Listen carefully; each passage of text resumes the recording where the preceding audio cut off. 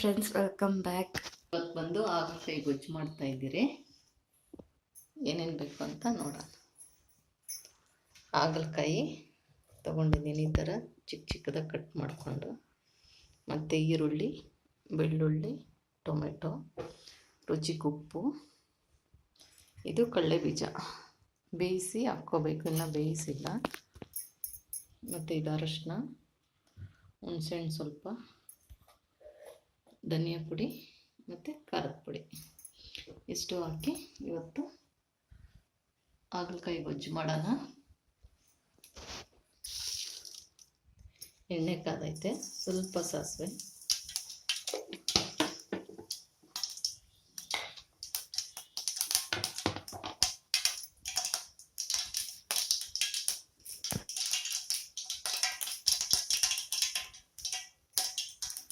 ಕರಿಬೇವಿನ ಸೊಪ್ಪು,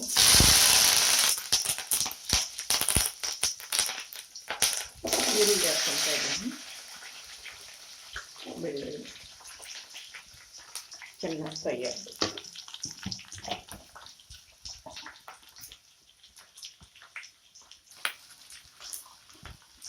ಚೆನ್ನಾಗಿ ಫ್ರೈ ಮಾಡ್ಕೋಬೇಕು. ಇದು ಫ್ರೈ ಆಗೋದ್ರೊಳಗಡೆ ಕಡಲೆ ಬೀಜನ ಕುಕ್ಕರಲ್ಲಿ ಹಾಕಿ ಒಂದೆರಡು ವಿಸಿಲ್ ಬಿಟ್ಕೊಡ್ತೀವಿ. ಮತ್ತು ನಮ್ಮ ಕಡೆ ಎಲ್ಲ ಬಂದು ಚೆನ್ನಾಗಿ ಮಳೆ ಬೀಳ್ತಾ ಇದ್ದಪ್ಪ, ತಣ್ಣಗೈತೆ ಕ್ಲೈಮೇಟ್ ಎಲ್ಲನೂ. ಇವಾಗೆಲ್ಲನೂ ಮಳೆ ಬೀಳ್ತಾ ಐತೆ. ಸೊ ನಿಮ್ಮ ಕಡೆ ಎಲ್ಲ ಮಳೆ ಬೀಳ್ತೈತಾ? ಬೆಂಗಳೂರಾಗ ಮಳೆ ಜಾಸ್ತಿ ಇಲ್ಲ, ಇವಾಗ ಒಂದು 2-3 ದಿವಸದಿಂದ ಬೀಳ್ತಾ ಐತೆ. ಮತ್ತು ಎಲ್ರದ್ದು ಊಟ ಆಯ್ತಾ?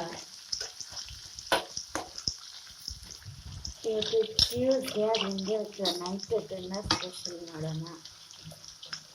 ಏನು ಮಾಡ್ತಾ ಇದ್ದೀವಿ ಡಿನ್ನರ್?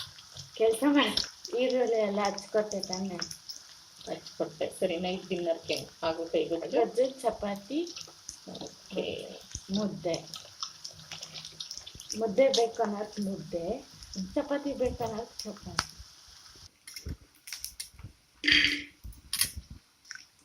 ಸುಮ್ಮನೆ ಒಂದು ಕೈ ಹಾಕ್ಕೊಂಡಿದ್ದೀನಿ.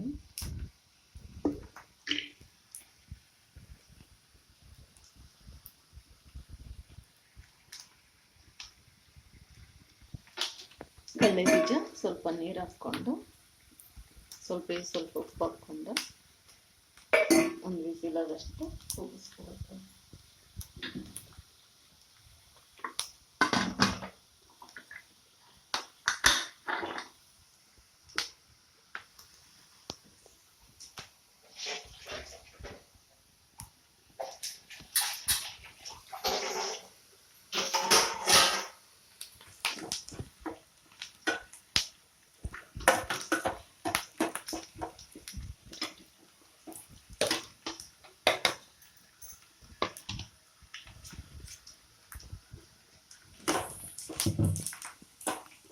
ಈರುಳ್ಳಿ ಇಷ್ಟು ಫ್ರೈ ಆಗೈತೆ.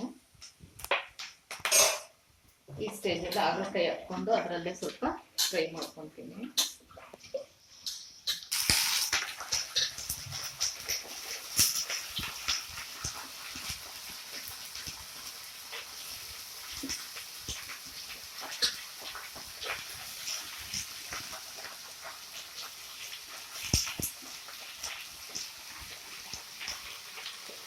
ಒಂದು ಸ್ವಲ್ಪ ಚೆನ್ನಾಗ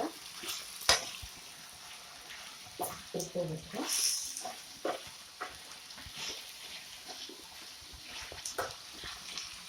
ಲಿಡ್ಡೆಲ್ಲ ಕ್ಲೋಸ್ ಮಾಡಬಾರ್ದು, ಯಾಕಂದರೆ ಹಸಿ ವಾಸನೆ ಹೋಗ್ಬೇಕು, ಮತ್ತು ಅಕ್ಕಗಿನೂ ಸ್ವಲ್ಪ ಓಟೈತೆ, ಅದರಿಂದ ಲಿಡ್ಡೆಲ್ಲ ಕ್ಲೋಸ್ ಮಾಡಬಾರ್ದು.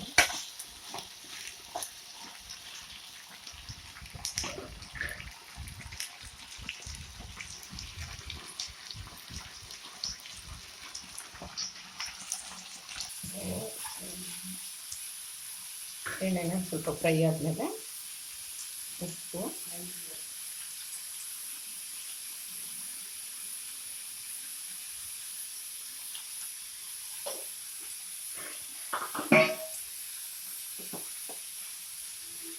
ಸ್ವಲ್ಪ ಅರಶಿನ,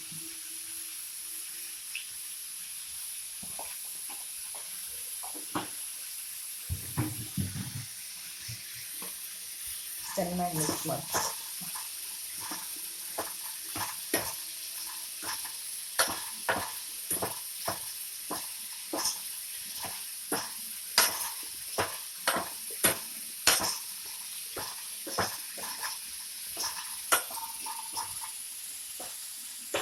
ಇವಾಗ ಸ್ಲಿಮ್ಮಲ್ಲಿ ಇಟ್ಟಿದ್ದೀನಿ. ಇಟ್ಬಿಟ್ಟು ಸ್ವಲ್ಪ ಹಾಗಲಕಾಯಿ ಮೆತ್ತಗಾಗಂತ ಲಿಡ್ ಕ್ಲೋಸ್ ಮಾಡಿಬಿಡ್ತೀನಿ.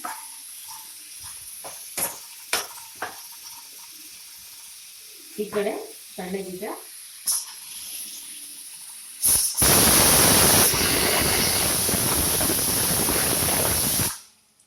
ವಿಸಿಲ್ ಬಂತು.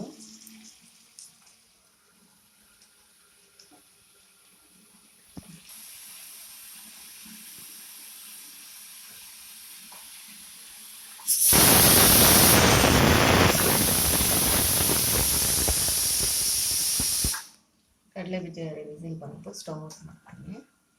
ಇದು ಒಂದು 5-10 ನಿಮಿಷ ಹಿಂಗೆ ಸ್ಲಿಮ್ಮಲ್ಲೇ ಇರಲಿ.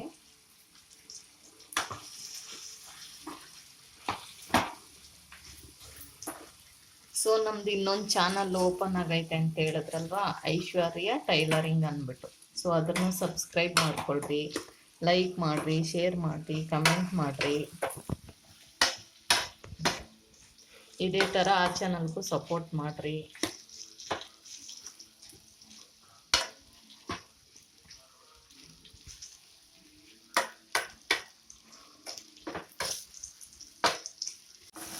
ಈ ಥರ ಬಂದು ಚೆನ್ನಾಗಿ ಫ್ರೈ ಆದಮೇಲೆ ಈ ಸ್ಟೇಜಾಗ ಟೊಮೆಟೊ ಹಾಕ್ಕೋಬೇಕು.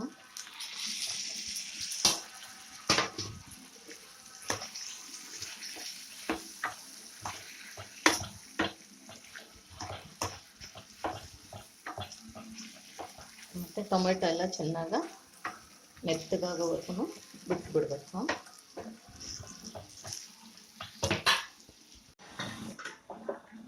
ಕಡಲೆ ಬೀಜ ಬೆಂದೈತೆ. ಇನ್ನು ಹಾಗಲಕಾಯಿ ಬಂದು ಇನ್ನೂ ಸ್ವಲ್ಪ ಮೆತ್ತಗಾಗಬೇಕು. ಎಲ್ಲ ರೆಡಿ ಆದಮೇಲೆ ಇದು ಹಾಕ್ಕೊಳೋಣ. ಚೆನ್ನಾಗಿ ಮೆತ್ತಗಾಗೈತೆ.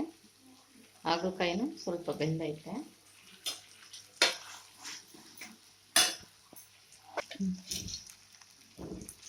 ಧನಿಯಾ ಪುಡಿ ಒಂದು 2 ಸ್ಪೂನ್ ಅಷ್ಟು,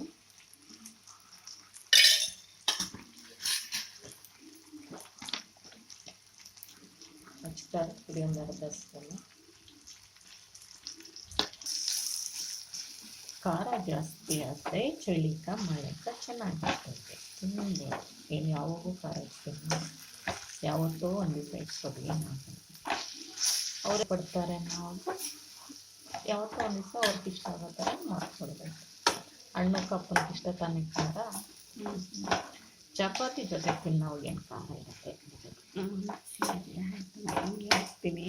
ಹಿಂಗೆ ಹಾಕ್ತಿದ್ದನ್ನ ಹಿಂಗೆ ಹಾಕಿದ್ರೆ ಚೆನ್ನಾಗಿರ್ತೈತೆ. ಹಾಕೋಣ ಬೇಡ, ಎಡಿಟಿಂಗ್ನು.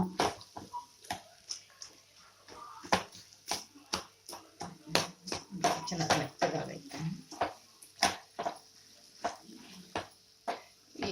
ಎಳ್ಳಿತ್ತು ಅಂದರೆ ಎಳ್ಳು ಹುರಿದ್ಬಿಟ್ಟು ಹಾಕ್ಕೋಬೋದು, ಇಲ್ಲ ಹುಚ್ಚೆಳ್ಳು ಇದ್ರೂ ಹುರಿದ್ಬಿಟ್ಟು ಹಾಕ್ಕೋಬೋದು, ಚೆನ್ನಾಗಿರುತ್ತೆ. ಹುಚ್ಚೆಳ್ಳು ಪುಡಿ ಹಾಕಿ ಮಾಡಿದ್ರೆ ಸೂಪರ್ ಆಗಿರುತ್ತೆ. ಎಲ್ಲ ಫೇವ್ರೇಟ್ ನಮ್ಮ ಮನೇಲಿ ಎಲ್ರಿಗೂ. ಕಡಲೆ ಬೀಜ ಬೇಯಿಸಿಲ್ಲ ಹಾಕ್ಕೊತೀನಿ.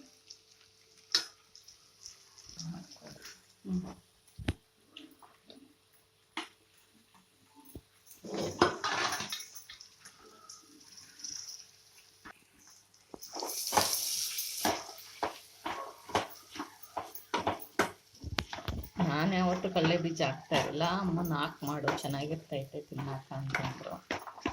ಸೊ ಅದರಿಂದ ಕಡಲೆ ಬೀಜನ ಹಾಕಿದ್ದೀನಿ. ಇನ್ನು ಹಸ್ರು ಹಾಕ್ತಾರೆ ತುಂಬ ಜನ, ಅದು ಕೇಳಿದ್ದೀನಿ.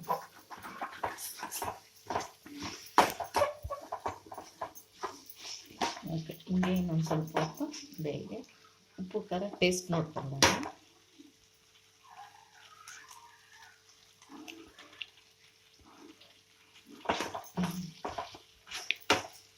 ಚೆನ್ನಾಗೈತೆ. ಉಪ್ಪು ಸ್ವಲ್ಪ ಕಡಿಮೆ ಆಯ್ತು, ಉಪ್ಪು ಸ್ವಲ್ಪ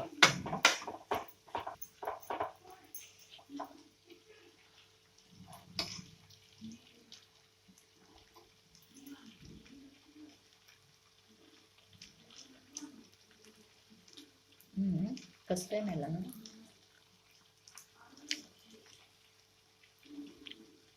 ಇಲ್ಲ ಚೂರು ಕಸರೆ ಇಲ್ಲ, ಚೆನ್ನಾಗಿರುತ್ತೆ. ಫ್ರೆಶ್ ಆಗಿರೋ ಹಾಗಲಕಾಯಲ್ಲಿ ಅಷ್ಟೊಂದು ಕಹಿ ಇರಲ್ಲ ಅಂತಾರೆ. ನಾವು ಸ್ಟಾಕ್ ಇಟ್ಬಿಟ್ಟು ಮಾಡ್ಬೇಕಾದ್ರೆ ಕಹಿ ಬರೋದು ಅಂತಾರೆ. ಸೊ ಇದ್ರೂ ಬೇಕನ್ನೋರು ಸ್ವಲ್ಪ ಬೆಲ್ಲನೂ ಹಾಕ್ಕೋಬೋದು. ತುಂಬ ಜನ ಹಾಕ್ತಾರೆ ಬೆಲ್ಲ.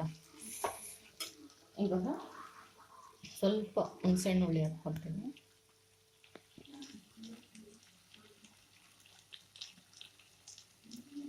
ಹುಣಸೆಹುಳಿ ಏನಕ್ಕೆ ಹಾಕ್ತೀಯ?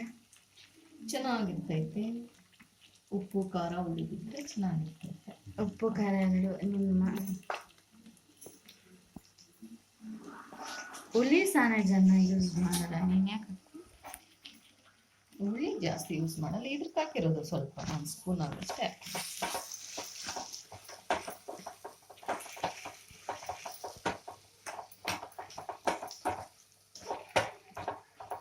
ಇವತ್ತು ಹಿಂಗೆ ಮಾಡು. ಹುಚ್ಚೆಳ್ಳು ಹುಡಿನೂ ಹಾಕಲ್ಲ, ಎಳ್ಳು ಹುಡಿನೂ ಹಾಕಲ್ಲ. ಬೇಕಂದ್ರೆ ಕಡಲೆ ಬೀಜ ಹಾಕ್ತೀರಾ, ಕಡಲೆ ಬೀಜನ ಹುರಿದ್ಬಿಟ್ಟು ಹೊಟ್ಟೆಲ್ಲ ತೆಗೆದುಬಿಟ್ಟು ಕಡಲೆ ಬೀಜನೂ ಹಾಕ್ಕೋಬೋದು. ಲಾಸ್ಟಲ್ಲಿ ಸ್ಟವ್ ಎಲ್ಲ ಆಫ್ ಮಾಡಿಬಿಟ್ಟು ಆಮೇಲೆ ಹಾಕ್ಕೋಬೇಕು, ಚೆನ್ನಾಗಿರ್ತೈತೆ. ಉಪ್ಪು ಸಾಲದು, ಸ್ವಲ್ಪ ಉಪ್ಪು ಹಾಕ್ಕೊತೀನಿ. ಸ್ವಲ್ಪ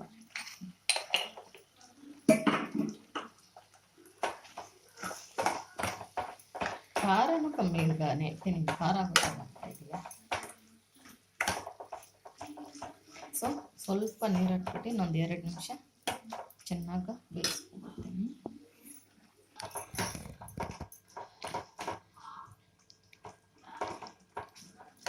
ಸ್ವಲ್ಪ ನೀರು ಹಾಕ್ಕೊಂಡಿದ್ದೀನಿ. ಇದೆಲ್ಲ ಒಂದು ಸ್ವಲ್ಪ ಚೆನ್ನಾಗಿ ಕುದಿಸಿ ಹತ್ರ ಬೀಳೋ ಟೈಮ್ಗೆ ಆಫ್ ಮಾಡ್ಕೊತೀನಿ. ನೀರೆಲ್ಲ ಸ್ವಲ್ಪ ಕಡಿಮೆ ಹಾಕ್ಕೊಂಡು, ಯಾಕಂದರೆ ಚಪಾತಿ ಅಲ್ವಾ, ಸ್ವಲ್ಪ ಗೊಜ್ಜಿದ್ರೆ ಚೆನ್ನಾಗಿರುತ್ತೆ, ಪಲ್ಯ ಥರ ಇದ್ದರೆ ಚೆನ್ನಾಗಿರಲ್ಲ ಅಂದ್ಬಿಟ್ಟು ಹಾಕಿದ್ದೀನಿ. ಮತ್ತು ಕಾಯಿ ಕೂಡ ರುಬ್ಬಿ ಇಟ್ಕೋಬೋದು. ನಾನೆಲ್ಲ ಕಾಯೆಲ್ಲ ಯೂಸ್ ಮಾಡಲ್ಲ. ಕಾಯಿ ಹಾಕಿದ್ರೆ ಸ್ವೀಟ್ನೆಸ್ ಬಂದ್ಬಿಡ್ತೈತೆ, ಅದರಿಂದ ಕಾಯೆಲ್ಲ ಯೂಸ್ ಮಾಡಲ್ಲ. ಬೆಲ್ಲನೂ ಹಾಕಲ್ಲ ನಾನು. ಸೊ ನೀವೆಲ್ಲ ಯಾವ ಥರ ಮಾಡ್ತೀರಾ ಹಾಗಲಕಾಯಿ ಗೊಜ್ಜು ಅಂತ ಕಮೆಂಟ್ ಮಾಡಿ. ಯಾವುದ್ರ ಜೊತೆ ಕಾಂಬಿನೇಷನ್ ಚೆನ್ನಾಗಿರುತ್ತೆ ಅಂತ ಕಮೆಂಟ್ ಮಾಡಿ. ನಾನು ಜಾಸ್ತಿ ಚಪಾತಿಗೆ ಮಾಡ್ತೀನಿ.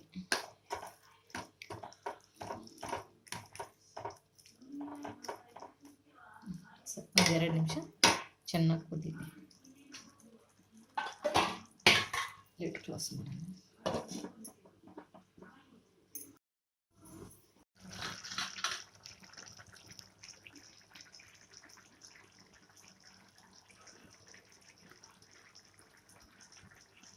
ರೆಡಿ ಆಗೈತೆ ಕೊತ್ತಂಬರಿ ಸೊಪ್ಪು.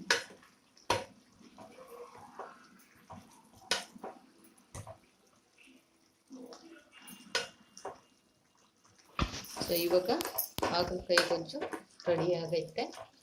ಸೊ ನೀವು ಇದೇ ಥರ ಟ್ರೈ ಮಾಡಿರಿ. ಯಾವ ಥರ ಇದೆ ಅಂತ ಹೇಳ್ರಿ. ಬರೀ ಕಡಲೆ ಬೀಜ ಹಾಕ್ಕೋಬೇಕು ಅಂತೇನಿಲ್ಲ, ಹಸಿರು ಹಾಕ್ಕೋಬೋದು, ಚೆನ್ನಾಗಿರುತ್ತೆ. ಹಸಿರು ಹಾಕಿ ನಾನು ಮಾಡಿದ್ದೀನಿ. ಸೊ ಇವಾಗ ಅಮ್ಮ ಕಡಲೆ ಬೀಜ ಹಾಕ್ಕೊಂಡ್ರು, ಸ್ವಲ್ಪ ಜಾಸ್ತಿನೇ ಹಾಕ್ಬಿಟ್ಟಿದ್ದೆ. ಸ್ವಲ್ಪ ಕಡಿಮೆ ಮಾಡ್ಬೋದಾಗಿತ್ತು ಕಡಲೆ ಬೀಜ. ಸೊ ಹಾಗಲಕಾಯಿ ಗೊಜ್ಜು ರೆಡಿ ಆಗೈತೆ.